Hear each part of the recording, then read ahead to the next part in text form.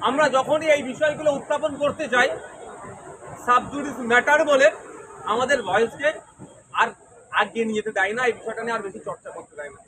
সমস্যা এখানে আমি মনে প্রাণে চাই যে 26,000 মতো চাকরি বাতিল হয়েছে, শিক্ষক শিক্ষাকর্মী আছে যারা বৈধ পন্থা অবলম্বন করে চাকরি পেয়েছে, ওই বিষয়টা নিয়ে একটা সেশনে একটা টাইম করা হোক, আলোচনা করা যে কিভাবে এই বৈধ যারা পন্থায় চাকরি পেয়েছে তাদেরকে কিভাবে বাঁচানো যায়, অর্থাৎ তাদের কর্মক্ষেত্রে আবার কিভাবে তাদেরকে ফেরত পাঠানো যায়, এই নিয়ে একটা চর্চা হওয়া দরকার।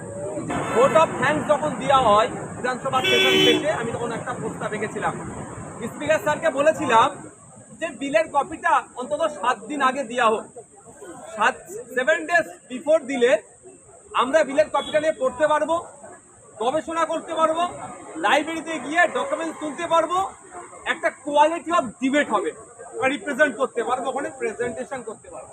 দুর্ভাগ্য আজকে বিলের আলোচনা হবে এই 1:15 থেকে শুরু হবে, পাচ্ছি কথায় আমি 11:30 প্রায় 12টার সময় বিলের কপি। আমি টপ লেভেলের অত আমার মেধাও নাই যে অল্প সময়ের মধ্যে কি কি চেঞ্জ করতে চাইছে, আবার এর কি ব্যাড ইফেক্ট কি, গুড ইম্প্যাক্ট কি হবে, এটা জেনে 1 ঘন্টা 1 ঘন্টার মধ্যে একটা ভালো ডিবেট করতে পারবে। এগুলো বন্ধ হওয়া দরকার। সেখানে বলছেন তার এমএলএর টাকা তিনি পাচ্ছেন না, অনেক বিধায়করাই পাচ্ছেন না, কাজ করতে পারছেন, ইয়ে করবেন ধর্ণা দেবেন, আপনি কি সাথ দেবেন? দেখুন, আমি বিধায়ক এলাকা উন্নয়ন পরিকল্পনা ডিইউটির আমি চেয়ারম্যান, আমাকে যত চিঠি দিয়েছে অনেক আমি ফরওয়ার্ড করেছি কনসার্ন ডিপার্টমেন্টে।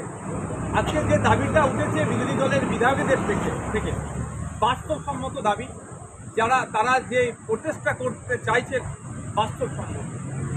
কারণ আমি আমার ভাঙনের কথা বলছি, আমাকে তো 2.5 বছর ধরে আমার টাইম কিল করা হয়েছিল,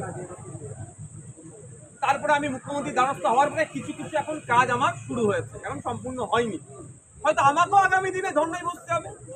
শঙ্করবাবুদের রাজনৈতিক দল আর আমাদের রাজনৈতিক দলের 360 ডিগ্রি ডিফারেন্স, ফলে আমরা এক জায়গায় বসতে পারছি না ধর্নাতে। শঙ্করবাবুদের ডিমান্ডটা বৈধ ডিমান্ড। শুভেন্দু অধিকারী গতকাল গেলেন এবং বললেন যে এই সরকারের থেকে বাংলাদেশের ইউনিসের সরকার অনেক ভালো চালাচ্ছে। তৃণমূল কংগ্রেস বলছে যে এটা শুধুমাত্র তৃণমূল নয়, গোটা দেশের অপমান করেছেন বিরোধীরা। তখন কদিন আগে ইউনিট সরকারকে শাসাচ্ছিলেন আমাদের রাজ্যের লিডার অফ অপোজিশন। বর্ডার পার হয়ে যাব, বাংলাদেশ এক প্রকার দখল করে নেব, বিজনেস বন্ধ করে দেবো, অনেক তিনি গল্প শোনালেন। তখন কি সরকার চলছিল, কার সরকার চলছিল? তখন ইন্টেরিয়াম গভর্নমেন্ট চলছিল ইউনিট সরকারের, এখনো ইন্টেরিয়াম গভর্নমেন্ট চলছে। অ্যাকচুয়াল ভোট ব্যাংককে কংক্রিট সুরক্ষিত করার জন্য এই ধরনের গল্প শোনাচ্ছে। পশ্চিমবাংলা সরকার যেটা চলছে এটা সার্কাস চলছে, এটা সরকার চলছে।